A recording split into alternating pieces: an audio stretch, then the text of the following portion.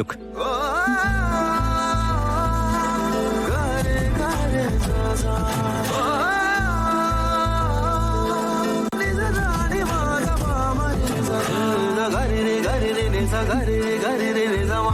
അപ്പോ ഈ ഫോട്ടോ ആണ് നമ്മുടെ വെഡിങ് കാർഡിൽ ഉണ്ടാവുക.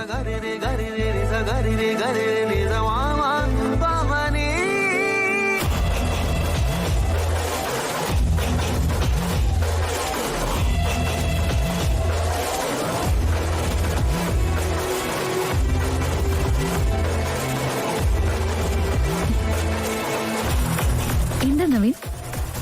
അല്ല, കയ്യിലെ മൈലാഞ്ചി മാച്ചു കളഞ്ഞല്ലേ, പിന്നെങ്ങനെ വീണ്ടും വന്ന്?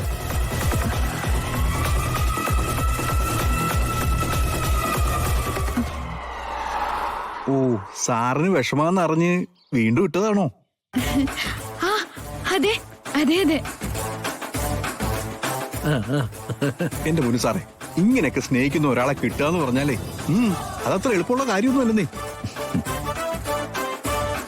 ഓക്കെ കാത, ഇനി ഞാൻ ബുദ്ധിമുട്ടിക്കുന്നില്ല, നിങ്ങൾ പൊയ്ക്കോ. ഓക്കെ, ശരി. അപ്പോ എന്നാ കാണും.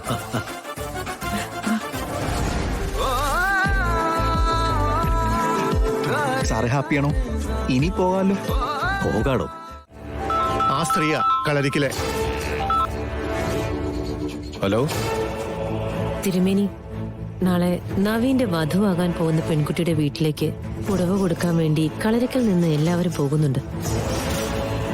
പുടവ കൊടുക്കുന്നതിനോടൊപ്പം തറവാട്ടിലെ പാരമ്പര്യമായ ആഭരണങ്ങൾ കൂടി അവൾ അണിയിക്കുന്നുണ്ട്. ഒരു തരത്തിൽ അത് വിവാഹത്തിന് തുല്യമാണല്ലോ. അതിനിടയിൽ എന്തെങ്കിലും ഒരു അപകടത്തിന് സാധ്യതയുണ്ടോ? പുടവ, പരമ്പരാഗതമായ ആഭരണങ്ങൾ എന്നിവ വിവാഹത്തിന് തുല്യമാണ് എന്ന നിങ്ങളുടെ സങ്കല്പം തെറ്റാ.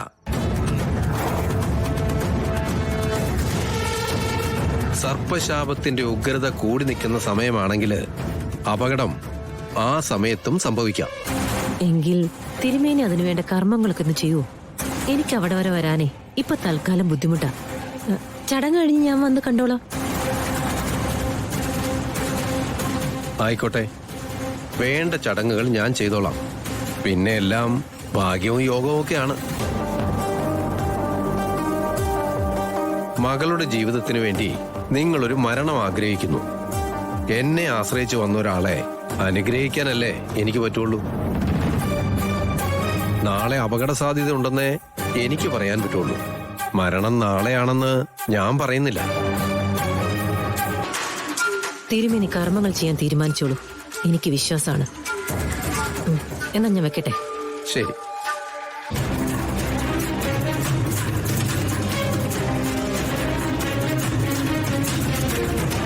മരണം വിധിക്കപ്പെട്ട ഒരാളെ നിശ്ചയിക്കപ്പെട്ട മുഹൂർത്തത്തിന് മുന്നേ കൊല്ലണമെന്ന് ആഗ്രഹിക്കുന്ന ചിലര് എന്താ ചെയ്യാ?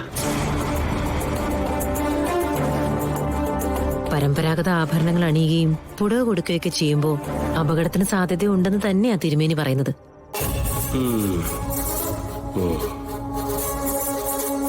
എനിക്കുറപ്പാ നാളെ ഗാഥയ്ക്ക് എന്തെങ്കിലും സംഭവിക്കും. എല്ലാ ചടങ്ങുകൾക്ക് മുൻപും അമ്മയ്ക്ക് പ്രതീക്ഷയുണ്ട്. പക്ഷെ ചടങ്ങ് കഴിയുമ്പോ തല താഴ്ത്തി നിൽക്കുന്ന അമ്മയെ ഞാൻ കണ്ടിട്ടുണ്ട്. നാളെ ആയാലും അതിന് ശേഷമായാലും മരണം ഉറപ്പല്ലേ, പിന്നെ എന്തിനാ മോള് ടെൻഷൻ അടിക്കുന്നത്? ഇപ്പൊ നടക്കുന്ന എല്ലാ ചടങ്ങുകളും നിന്റെ ചടങ്ങുകളായിട്ട് നീ മനസ്സിൽ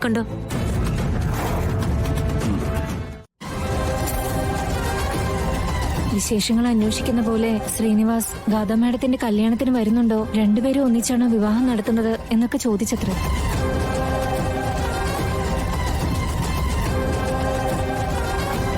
അങ്ങനെ ചില ചോദ്യങ്ങള് നമ്മുടെ ഓഫീസ് സ്റ്റാഫിനിടയിലും ഉണ്ട്.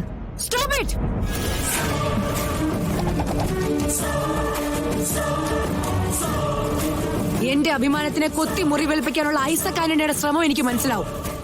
പക്ഷേ എന്റെ ശമ്പളം പറ്റുന്ന എന്റെ സ്റ്റാഫ് അവരിതിനെ കുറിച്ച് ചർച്ച ചെയ്യേണ്ട ആവശ്യം എന്താ?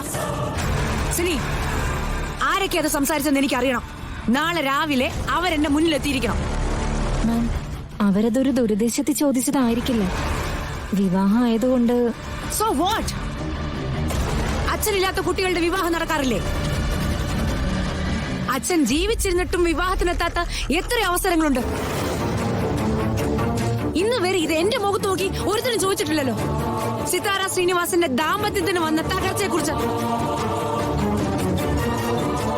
അത്തരം ചോദ്യങ്ങൾക്ക് ശ്രമിച്ചവരൊക്കെ അതേസമയം ഞാൻ വിലക്കിയിട്ടുമുണ്ട്. ഐസക് ആന്റണിക്കുള്ള മറുപടി ഞാൻ നേരിട്ട് കൊടുത്തോളാം. പക്ഷേ എന്റെ ഓഫീസിലുള്ള ഏതെങ്കിലും ഒരുത്തൻ ശ്രീനിവാസിനെ കുറിച്ചുള്ള ചർച്ചയും കൊണ്ട് എന്റെ അടുത്ത് വന്നു കഴിഞ്ഞ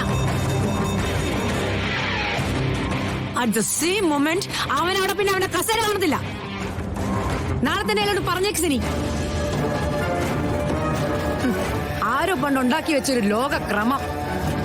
ആണിന്റെ കീഴിൽ ആണിന്റെ എല്ലാ ഇംഗിതങ്ങൾക്കും വഴങ്ങി ജീവിക്കുന്ന ഒരു പെണ്ണ്. അവള് പിന്നെ നേരെ നോക്കിക്കൂടാ, അവൾ ഉറക്കെ ചിരിച്ചുകൂടാ, അവൾ സ്വയം തീരുമാനങ്ങൾ എടുത്തുകൂടാ, അത് നടപ്പാക്കാനായിട്ട് ശ്രമിച്ചുകൂടാ. അത്തരം മെയിൽ ഷോവനിസ്റ്റുകളോട് പുച്ഛ എനിക്ക്. ഞാൻ ഉണ്ടാക്കി വെച്ചിരിക്കുന്ന ഈ സാമ്രാജ്യത്തിലെ ഒരു പുരുഷന്റെ മേൽവിലാസം ഞാൻ ഉപയോഗിച്ചിട്ടില്ല. എന്റെ അധ്വാനം ജയിച്ചേ തീരുന്നുള്ള എന്റെ വാശി. അങ്ങനെയാ ഇവർ ഈ പറയുന്ന സിത്താര ശ്രീനിവാസിന്റെ സാമ്രാജ്യം ഉണ്ടായത്. ശ്രീനിവാസ് എന്ന അച്ഛനെ കുറിച്ച് എന്റെ ഗാഥമോൾ എന്നോട് ചോദിക്കാറില്ല, ചോദിച്ചെന്നെ ബുദ്ധിമുട്ടിക്കാറില്ല. വൈ?